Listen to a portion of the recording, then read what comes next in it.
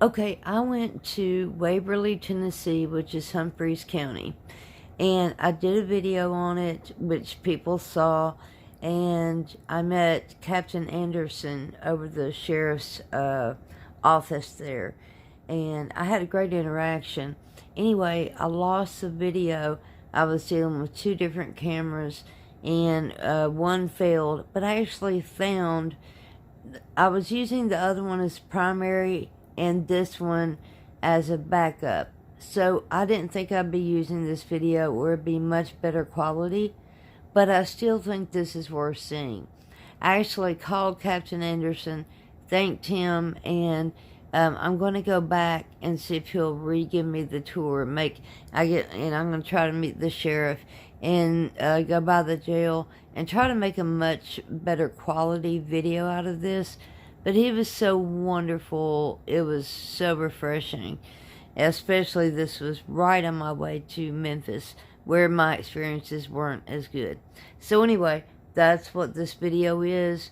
I hope you enjoy it, even though the camera work is shoddy. So I apologize for that, but the guy was wonderful.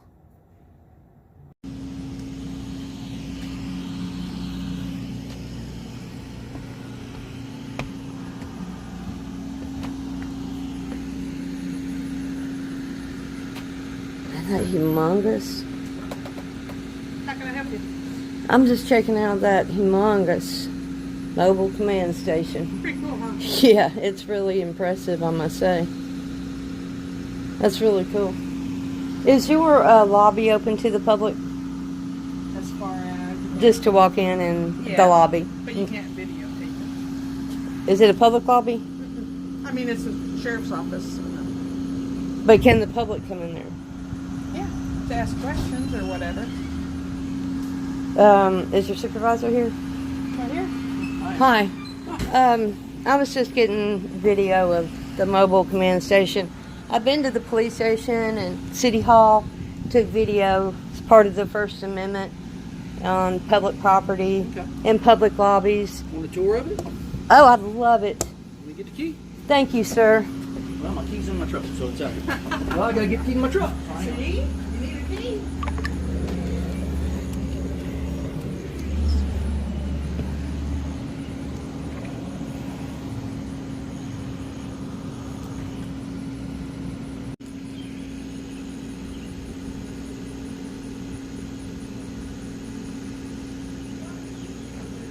Get out here and don't have it, and I just waste a trip.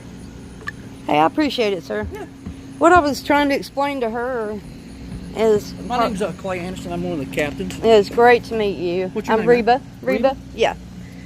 I'm just an independent journalist, and so I visit public property, and I asked her if that was a public lobby, and she said yeah, but then she said I couldn't film it.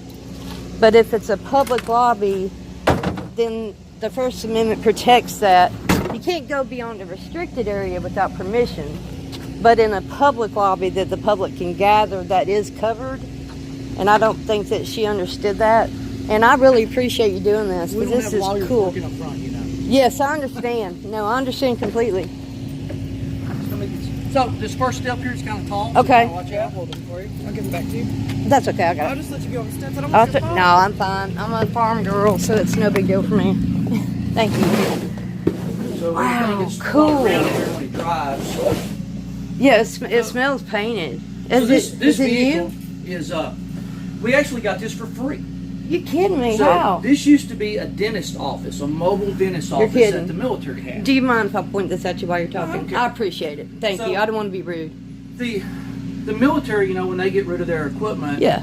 they have a program. It's called DRMO. It's Defense Reutilization Military Equipment, something or whatever. Yeah. But basically, what it is, so local and state governments can get old military equipment if they can put it to use for the Right. public. Gotcha. Because otherwise, they're just going to basically scrap it. That's true.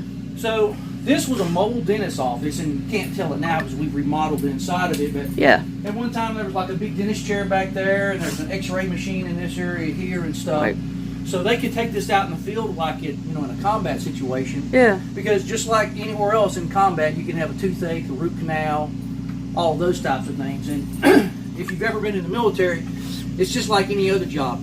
if you've got a root canal or something, your focus is not on your mission. So yeah. It's just So like this any was other type of medical facility. So they would take this out and do that type of work. And when they took it out of service, we found it, and we needed a command post because we have a lot of incidents that this is really that office in here gives what it gives us the ability to do. yeah.